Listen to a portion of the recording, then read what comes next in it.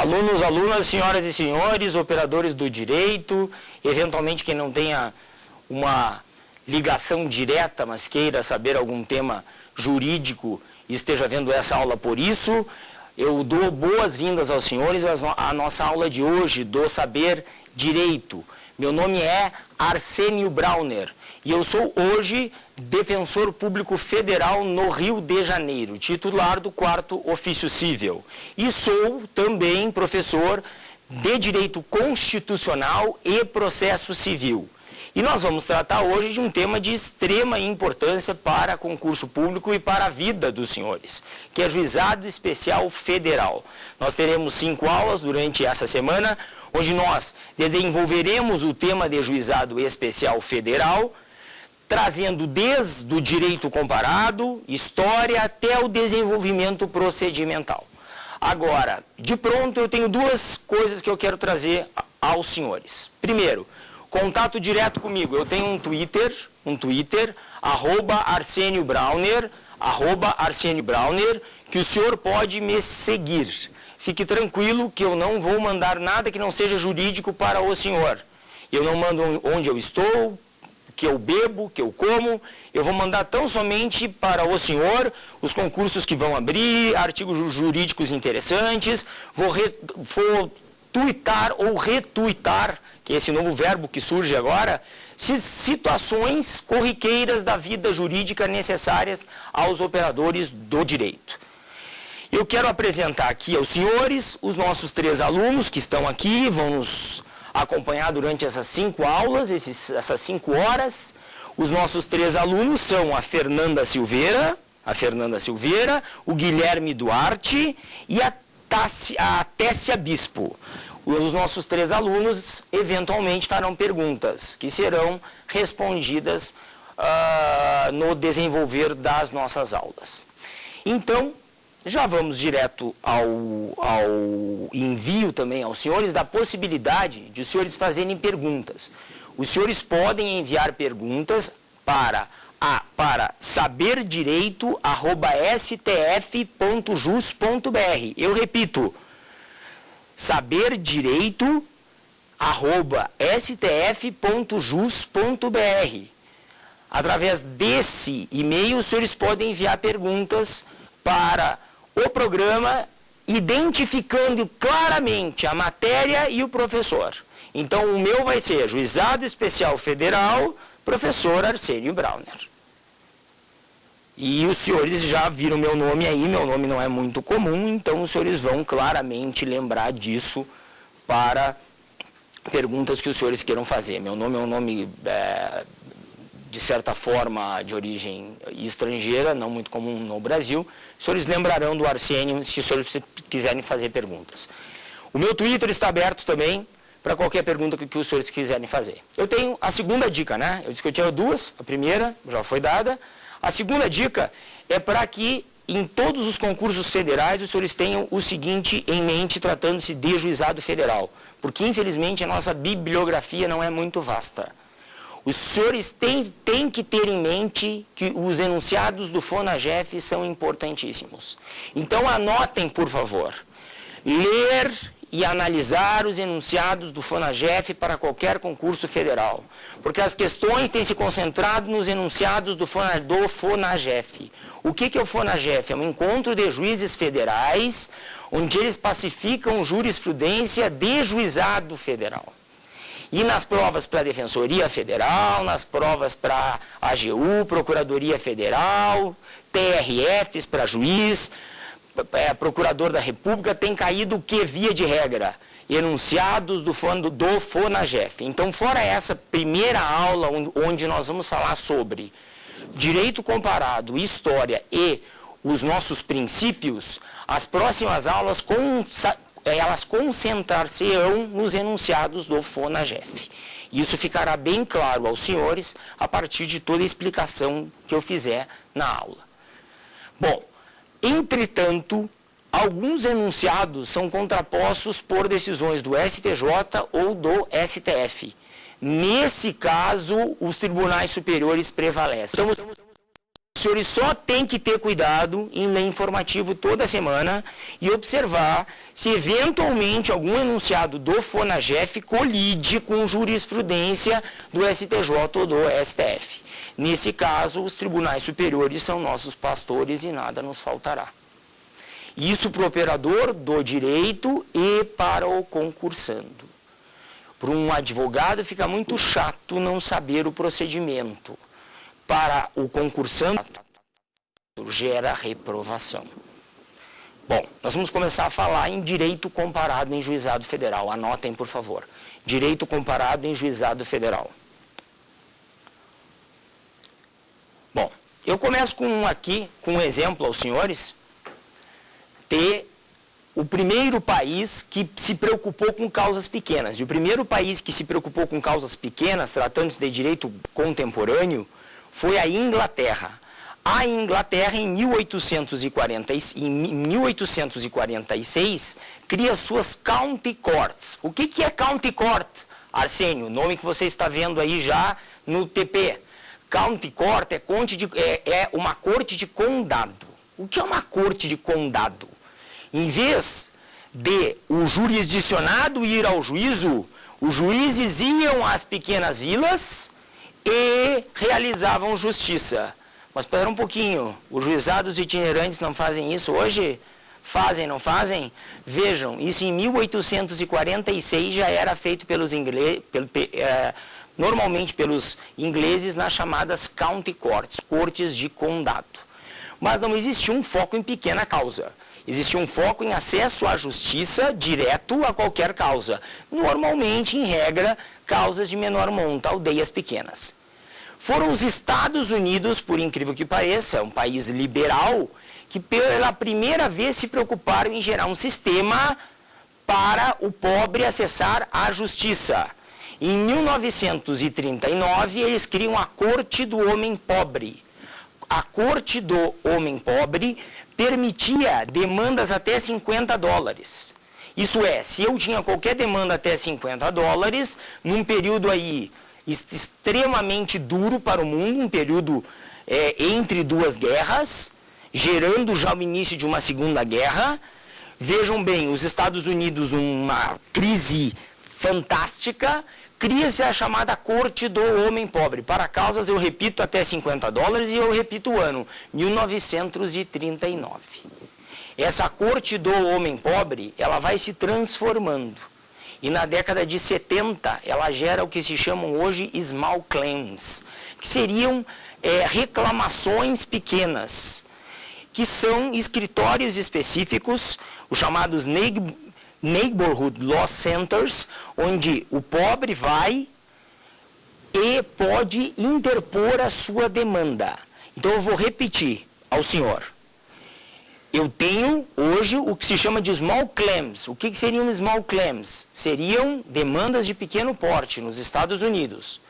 E normalmente quem dá acesso à justiça, quem é o advogado das pessoas nessas demandas, são chamados Neighborhood Law Centers. Isso é, escritórios de vizinhança. Então fica claro aos senhores que principalmente a partir da década de 70 o sistema estadunidense se configura dessa forma. Hoje eu tenho uma média nos Estados Unidos de até $1.500, $2.000. As small claims admitem demanda conforme o Estado. E aí nós poderíamos pensar que eles dão mais acesso à justiça que a gente, mas fica muito fácil, até pela paridade do câmbio de hoje, verificar que não é verdade isso. Por quê? Porque o salário mínimo médio nos Estados Unidos é de $927.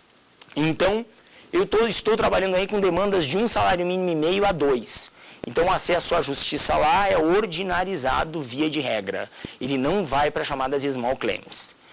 Outra observação que eu acho extremamente importante.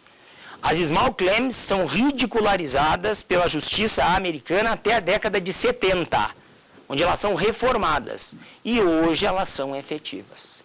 Então, só a partir da década de 70 elas são respeitadas. A Corte do Homem Pobre passa a ter essa configuração de small claim, que seria conflito pequeno, e a partir daí eu começo a permitir que as pessoas discutam questões que não cheguem a 2 mil dólares.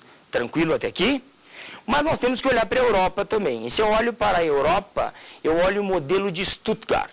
O modelo de Stuttgart foi um modelo criado em termos de processo civil que possibilita que, antes do processo, o juiz converse com as partes e tente a conciliação. Mas aí vamos parar e pensar, senhores. Os senhores, eu e eles. O novo CPC, o projeto que está agora, saiu do Senado e foi para a Câmara. Ele não prevê que o procedimento começa com uma audiência de conciliação? Eu sou citado, eu réu, para quê? Para uma audiência de conciliação, não é verdade? Então, se eu sou citado para uma audiência de conciliação, eu estou resgatando o modelo de quem? O modelo de Stuttgart da década de 70. A única diferença que eu tenho é que no modelo de Stuttgart, ao final do procedimento, o juiz pode aconselhar a parte a conciliar. E quem adotou este modelo? A Áustria, Alemanha, Japão, diversos países do mundo adotaram o chamado modelo de Stuttgart. Isto é, eu vou repetir, o juiz pode tentar a conciliação quando? Antes de iniciar o litígio propriamente dito, modelo do juizado especial que nós vamos ver e modelo do CPC hoje, com um novo projeto, que se Deus quiser até o final do ano, ou no início do ano, está saindo da Câmara dos Deputados prontinho para a sua vacatio legis de 1 ano, não é verdade? Mas nós também temos um modelo em países como a Áustria, como o Japão, como a Alemanha. E esse modelo realmente é um modelo revolucionário que ajudou muito a justiça a poder resolver as situações de pequena monta. Eu só gostaria de, para direito comparado, encerrar, falar da China. Porque a China, ela tem o que se chama de juiz de bairro. O que é o juiz de bairro? O juiz de bairro, ele é um juiz que resolve questões de vizinhanças em um determinado bairro. É uma pessoa que não é contratada pelo governo, é um juiz leigo, e que não recebe. Por quê? Porque na China, entende-se que o acesso à justiça típica, ao judiciário, é só feito por quem não é razoável quanto às suas ponderações, atitudes. Observem bem, o povo brasileiro pensa exatamente o contrário. Eu sou mais cidadão quanto mais eu saiba acessar a justiça. Então, o modelo solidário chinês, apesar de alguns autores quererem trazer à baila, o modelo do juiz de bairro não pode ser aplicado no Brasil, porque eu respeito muito mais o concursado, o concurso público. Infelizmente ou felizmente, conforme a ideologia que os senhores tenham, quem faz concurso público acaba tendo por trás uma legitimidade de conhecimento. Quando eu disse aos senhores que eu sou defensor federal, os senhores já fizeram uma conta de cabeça. E ele fez uma prova preambular, ele fez uma prova escrita e ele fez uma oral em Brasília. E a partir daí, os senhores começaram a pensar, burro ele não deve ser. É isso que o povo brasileiro acredita e pensa do que nós chamamos de legitimação para a decisão. Está certo? Então, eu acredito que o modelo chinês, apesar de defendido por alguns, não teria sucesso no Brasil. E deixemos de falar do exterior e coloque o título agora, História no Brasil. História no Brasil. No Brasil, com as ordenações, veio a gratuidade de justiça e veio um escalonamento entre juízes, conforme o valor da causa. Esse escalonamento entre juízes chegava até um juiz que decidia em pé no meio da praça, que era o chamado juiz pedâneo, para causas de até R$400. Observem, então, que nós estamos falando de soluções de causas por pessoas de pé no meio de uma praça. Então, eu tinha um escalonamento de uma causa de maior monta econômica para causas de menor monta econômica. Isso tudo ruiu em 1832, com a reforma processual que houve em 1832. A partir de 1832, cria-se um sistema que só permite a divisão hierárquico dos juízes, desconsiderando o valor da causa. E os juízes passam a ter aí uma competência que não é delimitada pelo valor da demanda ou pelo montante pretendido naquela causa. A República em nenhum momento se preocupa em criar um modelo de justiça simples. No seu início, delimita judiciários estaduais fortes, com atuação em qualquer causa para o chamado juiz de... E na República, nós enxergamos claramente uma possível solução de demanda rápida, que na época ocorria com o chamado juiz de paz. O juiz de paz, ele, no início da República, ele podia conciliar partes. Eu posso acreditar que para pequenas causas isso seria útil, mas eu estou imaginando essa utilização, porque na prática ela não ocorria muito efetivamente. Só em 1984,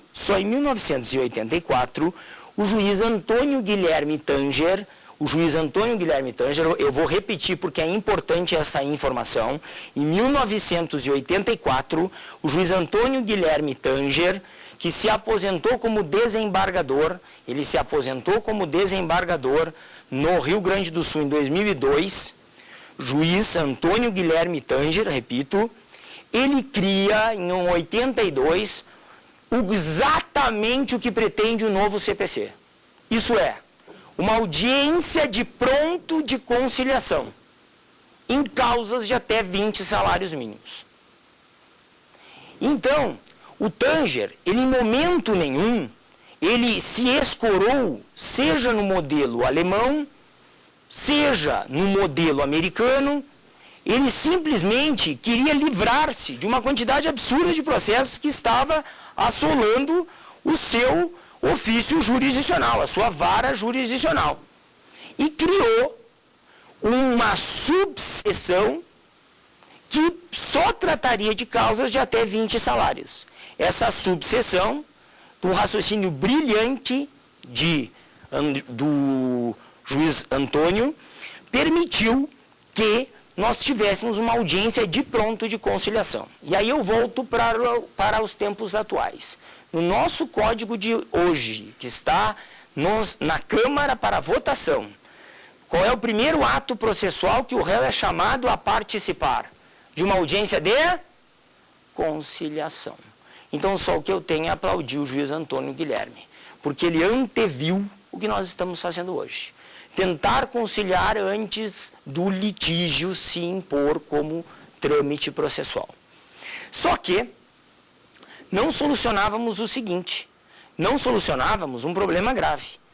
Se não havia conciliação, o procedimento seria ordinário ou sumário, que eram dois trâmites, e são dois trâmites até hoje, extremamente vagarosos, complicados. Então,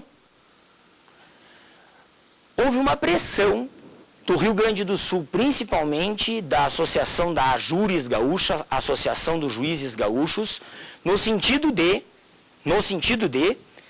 criar-se uma lei que possibilitasse que, além dessa conciliação prévia, eu tivesse uma relativização, a ordinarização do processo civil para causas pequenas. E aí, nós temos uma surpresa que surge em 84, que é a Lei 7244.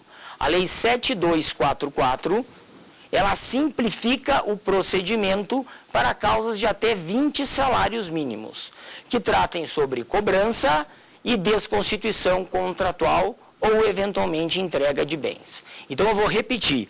A Lei 7244, de 1984, é inovadora, no sentido de possibilitar uma simplificação no procedimento, permitindo que causas de até 20 salários mínimos sejam interpostas em um procedimento menos ordinarizado, menos quadrado, mais simplificado, mais fluido, mais rápido. E vários estados brasileiros implementaram essa política. O Rio Grande do Sul, na época, teve uma febre dos chamados juizados de pequenas causas. É assim que se chamava, na época, o juizado especial.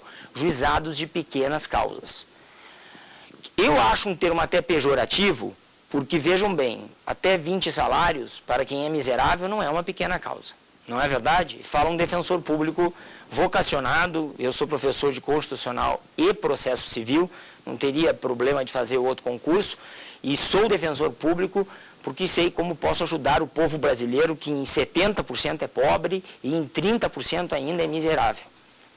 Agora, veja bem, esses juizados de pequenas causas, até pejorativos num primeiro momento, ajudaram muito ao desenvolvimento da ideia de que nós precisávamos simplificar a justiça. E aí surge a Carta Cidadã. Em 88, surge a Carta Cidadã. A Carta de 88, no seu artigo 98, inciso 1º, ela cria os chamados juizados estaduais. Obrigatoriamente. Não é uma faculdade, é uma obrigação. Só que eu estou falando de uma Constituição que surge em 88. E a lei dos juizados estaduais, a 9.099, ela surge em que ano? Em 95. Então nós temos um vácuo entre 88 e 95 inadmissível, estão entendendo? E o que muitos estados fazem? Utilizando a possibilidade da competência supletiva, legislam e criam juizados estaduais. Dou como exemplo aos senhores o Rio Grande do Sul, Mato Grosso do Sul, que criaram juizados estaduais por lei estadual. Esses juizados levaram em conta a Lei 7244, e esses juizados criados com leis estaduais, eles eram restritos a 20 salários mínimos. Então vejam, a nossa Carta Cidadã no 98 primeiro previu, e alguns estados de pronto, já percebendo isso, fizeram o quê? Legislaram. Não esperaram que viesse uma lei federal. Mas sabe-se muito bem que quem legisla sobre processo civil é a União. E a União legislou em 95 com a Lei 9.099, criando juizados estaduais. Então, os juizados ditos estaduais surgem em 1995, com a Lei 9.099. E aí nós temos um sentido qualitativo material de competência. Anotem isso. A partir da Lei 9.099, nós temos um sentido qualitativo material de competência. Por quê? Porque nós passamos a ter causas que, por valor, vão para o juizado. E aí eu estou falando do qualitativo, até 40 salários mínimos, a data da propositura da demanda. Então eu vou repetir, eu tenho um sistema qualitativo material. Qualitativo por quê? Porque eu tenho um limite de demanda, 40 salários mínimos. É o teto do juizado estadual. Tanto que, além dos 40 salários, a sentença é ineficaz em juizado estadual. Agora, eu tenho um critério material, que permite causas maiores que 40 salários mínimos, que é o 275, inciso 2º. Isso foi admitido pelo STJ em vários precedentes. Então, anotem, por favor, o critério material de competência, estamos falando de juizado estadual ainda, é o 275, inciso 2º. Por que é o 275, inciso 2º? Porque é expressamente previsto na Lei 9.099 como competência para juizado estadual. Tranquilos até aqui? Então, nós estamos compreendendo que o juizado, a forceps, foi criado em 95. A partir de muita discussão, de muita luta, de muita conversa. E teve uma ampliação de sua alçada, que era até 20 salários, passou a ser até 40 salários. E passou a ter um critério material, que é o 275, inciso 2º. Tranquilo? Mas e quando que vem o juizado federal, Arsênio? Tu fala, e o juizado federal nunca vem. Bom, com a emenda constitucional 22 de 98, anotem, com a emenda constitucional 22 de 98, insere-se um parágrafo ao artigo 98, criando a possibilidade do juizado federal. Então, com a emenda constitucional, anotem isso muito bem, gosto de ver, anote o senhor também. Quem escreve lê 1000 vezes, como bem disse George Washington. Meu amigo Ricardo Didier, um abraço, que sempre anota tudo que fala, né? Um abraço, meu dileto amigo. Então, vejam bem, quem anota lê 1000 vezes. Então, anotem tudo que eu estiver falando, anotem suas aulas, façam fichamento de tudo que fizerem, que isso vai ajudar o senhor. Esse conselho de quem já tem algum caminho jurídico por trás, né? Já passou por uma vida jurídica. Então, vejam, aí eu tive uma emenda constitucional que inseriu um parágrafo e permitiu o chamado JEF, Juizado Especial Federal, que é objeto dessas 5 aulas que nós vamos dar. E o Juizado Especial Federal, ele já nasce diferente, porque ele já nasce não para demandas interparticulares. Ele nasce principalmente para demandas entre pessoa contra poder público. Ele nasce como um juizado típico de fazenda pública e, excepcionalmente, um juizado de fazenda privada. E, a partir daí, nós podemos compreender que a Lei 10.259 surge em 2001, e olha o vácuo legal de novo, 3 anos. 3 anos. É lamentável isso. 3 anos, a Lei de 10.259 regulamenta parcamente o Juizado Federal. São muito poucos artigos que ela traz. Por quê? E aí há uma explicação lógica. A Lei 10.259, anotem isso, ela tinha 3 saídas. Anota. A Lei 10.259, anota, não é agressividade, é incisividade. Ela teria 3 saídas. Primeira delas. Qual é a primeira delas? Criar um novo microsistema.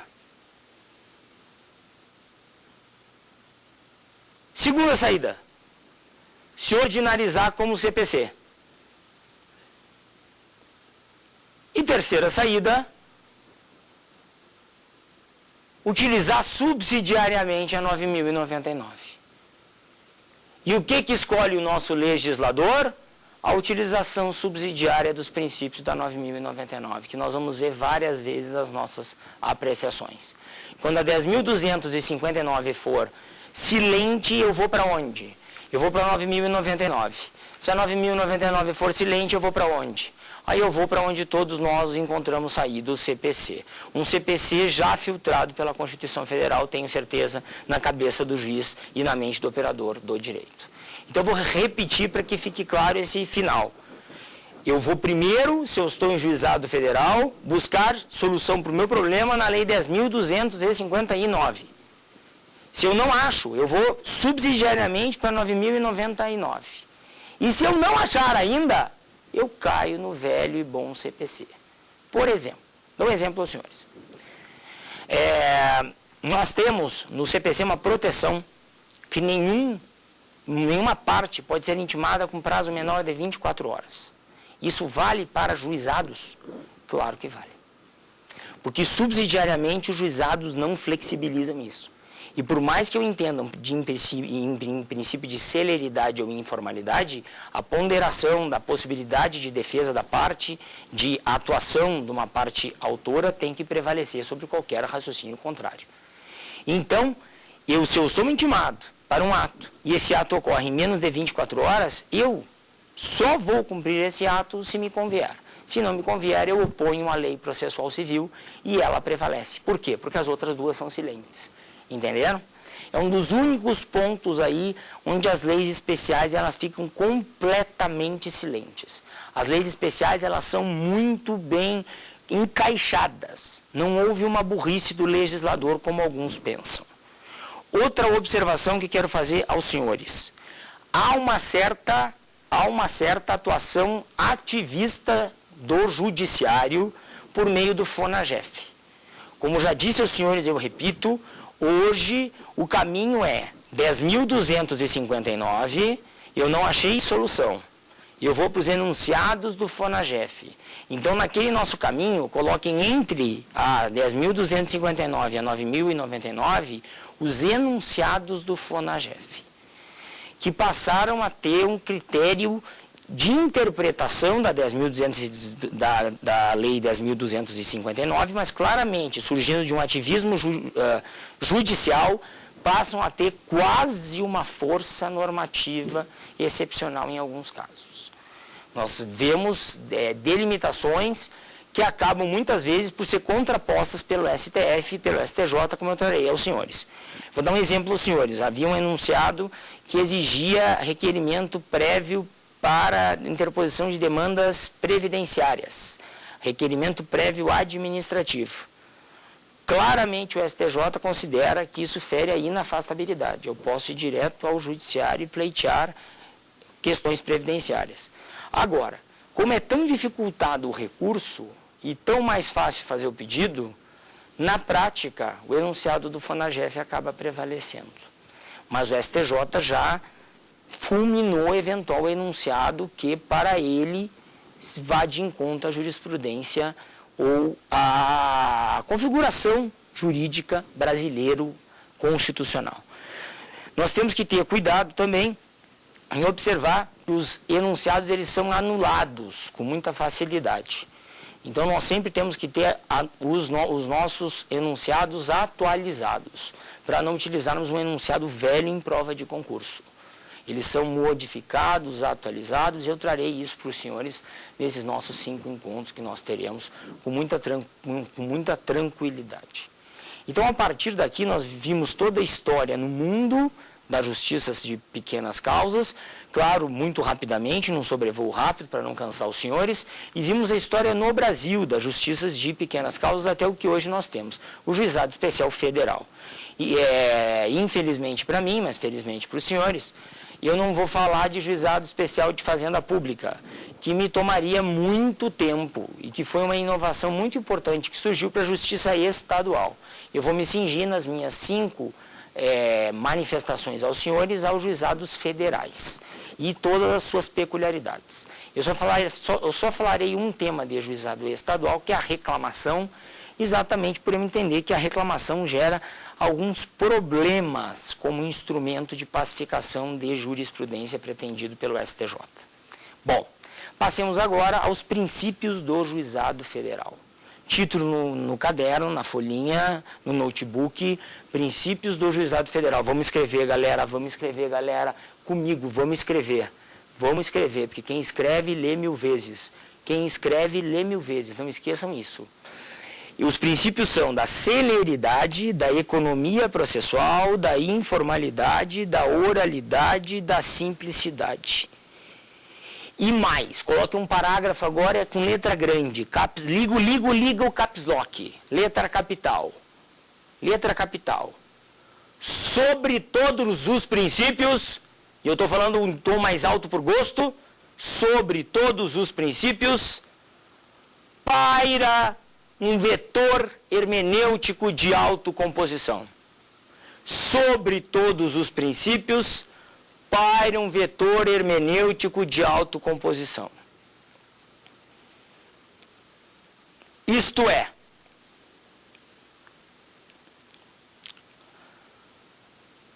até mesmo em fase executiva, o juiz pode conciliar. Que nós vamos falar que não há mais embargos, né? Hoje nós temos impugnação em juizado, é enunciado do FONAGEF sobre isso. Houve uma modificação do processo especial do juizado pela modificação do cumprimento de sentença e sua impugnação, mas até mesmo em fase executiva não se fala em impossibilidade de conciliação. Se eu quiser conciliar, eu posso? Posso, sem problema nenhum. E a conciliação será válida. Outra observação que os senhores devem fazer. As conciliações não estão sujeitas à alçada. As conciliações não estão sujeitas à alçada. E aí vocês vão me perguntar, mas Arsênio, quem é que vai ser idiota de conciliar acima da alçada? Em juizado estadual, pode ser que eu não queira me expor, por exemplo, perante um credor meu, e eu queira pagar mais do que os 40 salários. Eu posso conciliar nesse sentido, sim ou não? Claro que sim. A conciliação não respeita a alçada. Isso é, inclusive, uma pegadinha interessante para concurso público. Como diz no Rio de Janeiro, uma casca de banana, né? Ou como eu estava dizendo para os alunos aqui, como a gente diz no Rio Grande do Sul, um pega-ratão, né? Interessante para concurso público. Tranquilos até aqui? Bom, então vamos começar a falar rapidamente sobre cada um desses princípios. Oralidade. A oralidade, ela gera no juizado um processo oral. Agora vejam. Ponto e olha para mim. Ponto e olha para mim. Ponto e olha para mim. Processo oral é diferente de processo verbal. Processo verbal é processo que não é documentado. O processo do juizado é documentado? É. Então ele é oral majoritariamente. Mas ele tem documentação residual. Anotem isso. O processo é oral majoritariamente com documentação residual. Tranquilos até aqui? Segunda decomposição que eu posso fazer da oralidade. A primeira composição que fiz, eu repito, é que o processo ele é oral, ele não é verbal.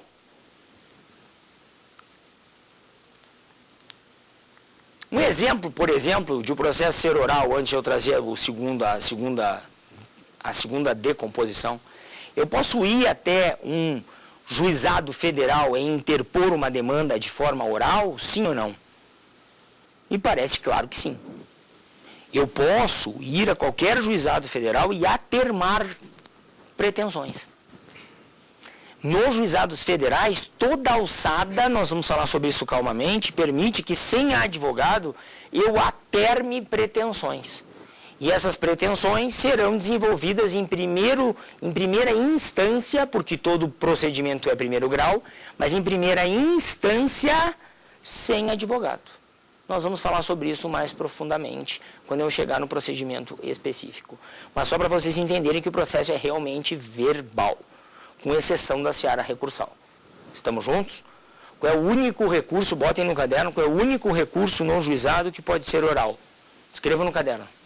Qual é o único recurso no juizado que pode ser oral? E quem escreve, lê mil vezes, veja a informação entrando na mente dela. São os embargos declaratórios. Os embargos declaratórios podem surgir oralmente. Podem surgir oralmente a qualquer momento de qualquer decisão. Então, o juiz indefere determinada testemunha, porque ele entende que a testemunha tem determinada relação com a pessoa, sem dizer isso.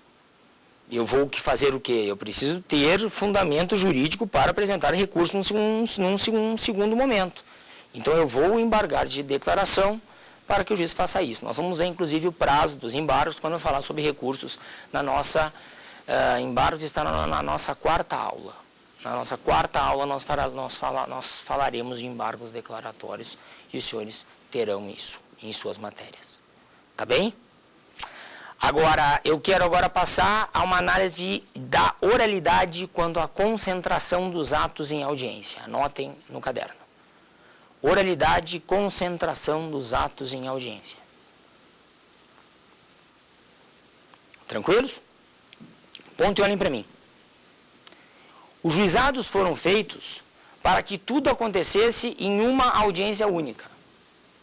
E de pronto, na Justiça Estadual, na 9.099, isso já se desnaturou, dividindo em duas audiências o procedimento na maioria das cidades, uma audiência de conciliação e uma audiência de instrução e julgamento.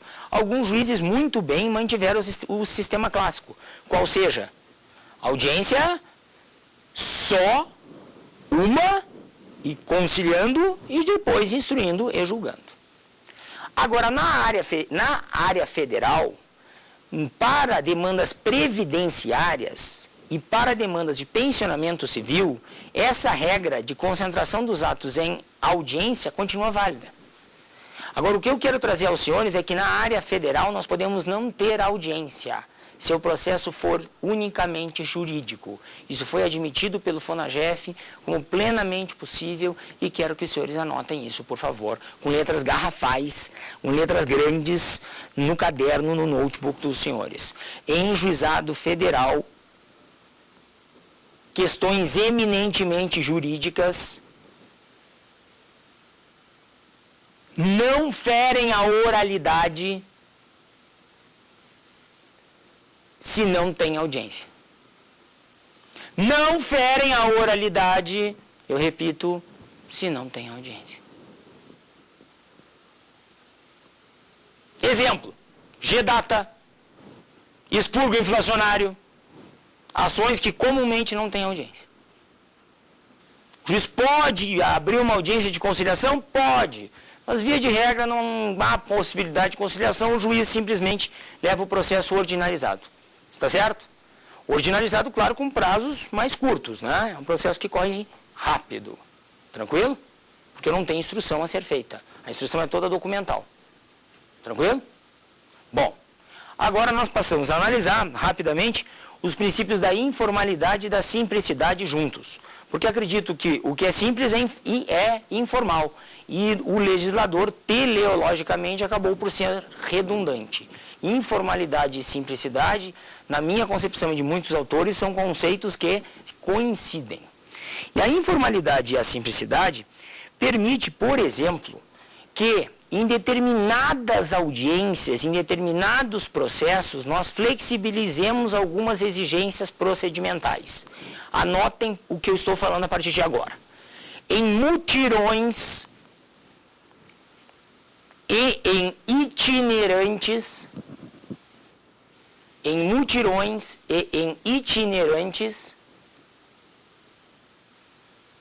o procedimento pode ser altamente flexibilizado.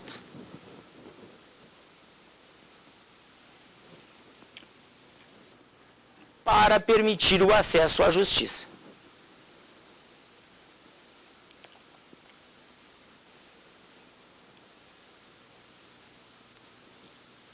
O procedimento pode ser altamente flexibilizado para permitir acesso à justiça. E abro um parênteses, começam a surgir os enunciados do FONAGEF. Enunciado 80 do FONAGEF permite isso. Enunciado 80 do FONAGEF permite isso. Permite isso. Quando ele afirma que eu não preciso fazer pré-requerimento administrativo, quando ele afirma, se quiserem anotar, que eu não preciso fazer prévio requerimento administrativo, que nós já desconstruímos um pouco, né? Quando se trata de mutirão ou de itinerante. Eu tive a oportunidade de participar de uma itinerante e escolhi uma na tríplice fronteira Brasil, Colômbia e Peru, em Santo Antônio do Içá e São Paulo de Olivença. Foi uma das experiências mais marcantes da minha vida.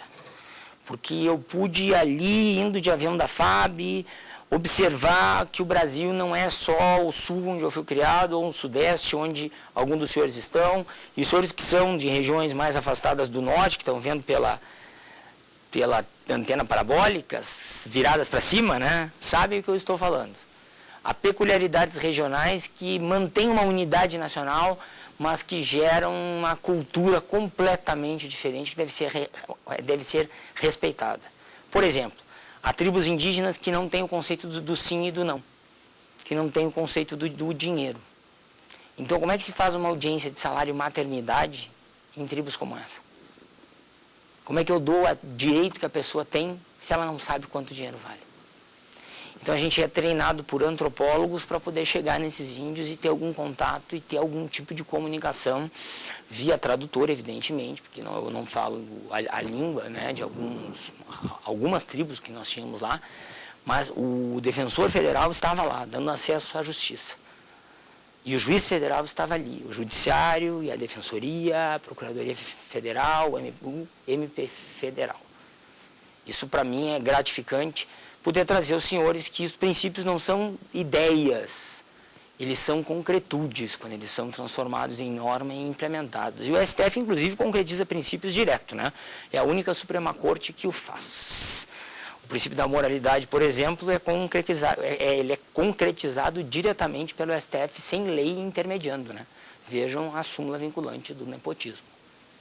Tranquilo? Bom, para encerrar nosso ponto, falaremos do princípio da celeridade processual. Celeridade processual. O princípio da celeridade processual é que os atos devem ocorrer o mais rapidamente possível. Eu sou até redundante ao falar isso, acredito, né? Mas vejam bem, nós temos alguns instrumentos colocados na lei que podem ser úteis para os senhores. Por exemplo, o enunciado 2 do FONAGEF, escrevam, o enunciado 2 do FONAGEF, ele possibilita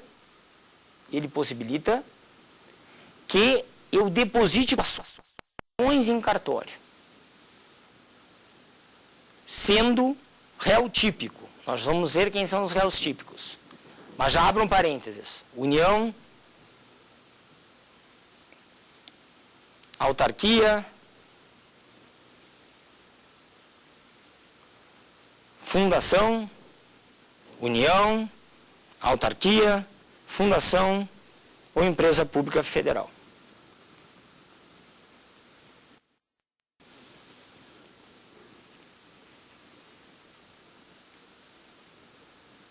E eu vou, antes de continuar a falar sobre celeridade, perguntar aos senhores, que estão gentilmente me ouvindo aqui durante todo esse tempo, né? Se os senhores têm alguma dúvida que os senhores queiram desenvolver, alguma pergunta? Eu tenho, professor. Vamos ver, então. Os juizados brasileiros têm influência do direito comparado? Vejam bem, ótima pergunta que ela faz, uma pergunta inteligente que busca exatamente a origem dos nossos juizados. Os nossos juizados não têm influência do direito comparado. São criação tipicamente brasileira. Porque se o tivessem, teria uma estrutura completamente diferente. Completamente diferente. A senhora tem alguma outra pergunta? Não. Os senhores têm alguma pergunta? Eu gostaria de perguntar quais são os princípios aplicáveis ao GEF. Como eu digo agora, repito, e é importante que a gente repita: celeridade, economia processual, informalidade, oralidade e simplicidade.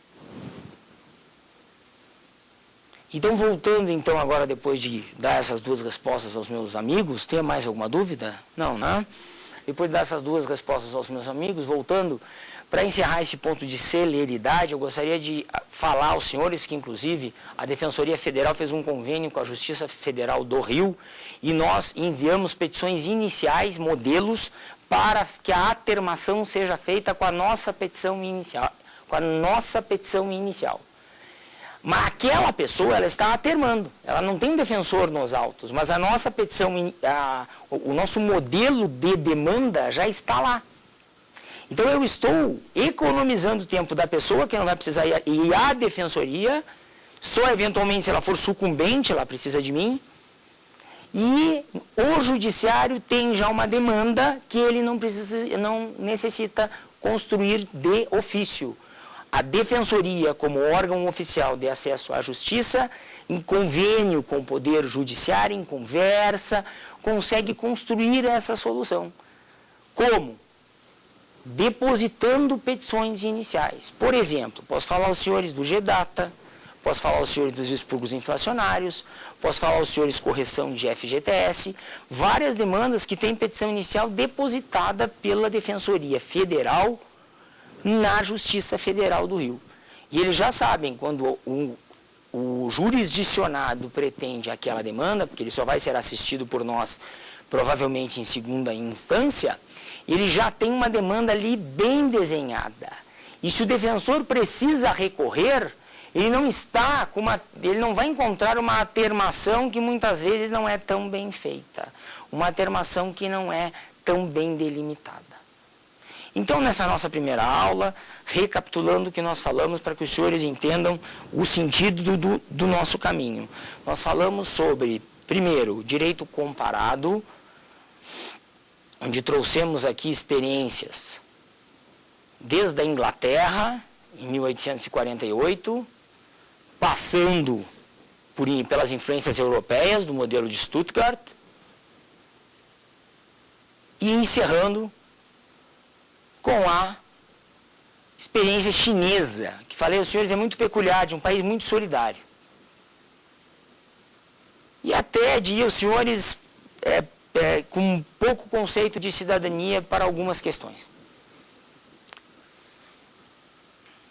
Aí nós passamos a falar de história do Brasil, e falamos em toda a história das pequenas causas no Brasil, desde as ordenações até o juiz Guilherme Tanger Jardim, com brilhantismo, criou da sua mente, e pude ter oportunidade várias vezes, porque meu pai era, à época promotor no Sul, e o meu pai conheceu ele. Então, afirmava meu pai que ele era um homem muito pragmático, ele não copiou ninguém, ele simplesmente inventou uma conciliação prévia, conciliação que o nosso próximo código terá.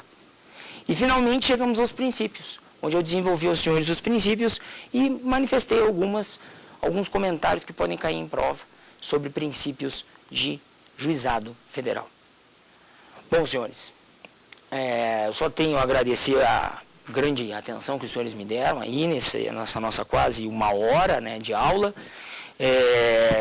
E não esqueçam que qualquer dúvida que os senhores tenham, é só os senhores mandarem um e-mail para saberdireito@stf.jus.br. Eu vou repetir, saberdireito@stf.jus.br. Identifique bem o professor Arsênio Brauner e a matéria Juizado Federal.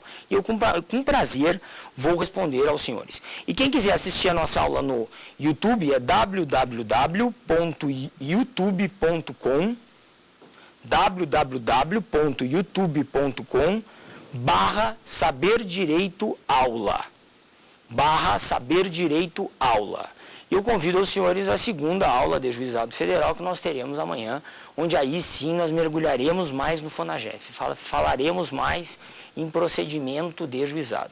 Essa primeira aula foi um introito para que os senhores possam se familiarizar com a matéria, como ela é construída e como ela é desenvolvida. É um prazer imenso estar aqui, um imenso agradecimento aos senhores e aos senhores que com paciência me ouviram durante quase 50 minutos. Até a nossa próxima aula.